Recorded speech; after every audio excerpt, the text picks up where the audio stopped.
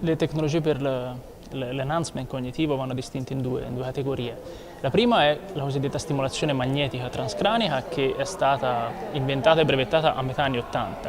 Quindi diciamo, per quanto riguarda la cosiddetta TMS, siamo già a uno stato avanzato, esistono trial randomizzati controllati sia in Italia, nel resto d'Europa e negli Stati Uniti in popolazioni con patologia, quindi in Alzheimer, in sclerosi multipla e in altre patologie.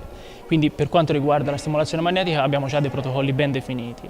Quella che è l'innovazione più attuale e quella che cercheremo di spiegare un po' oggi è la stimolazione a corrente elettrica. Chiaramente è un concetto già conosciuto circa 200 anni fa in medicina, ma che è stato riscoperto recentemente perché appunto gode di alcuni vantaggi rispetto alla stimolazione magnetica, nel senso che gli strumenti stessi che utilizziamo sono più portatili, la stimolazione stessa è meno invasiva, le sedute sono più brevi e è potenzialmente un tipo di trattamento e di terapia che si può fare anche a domicilio, perché lo strumento stesso è abbastanza compatto e non richiede di grande alimentazione come uno stimolatore magnetico.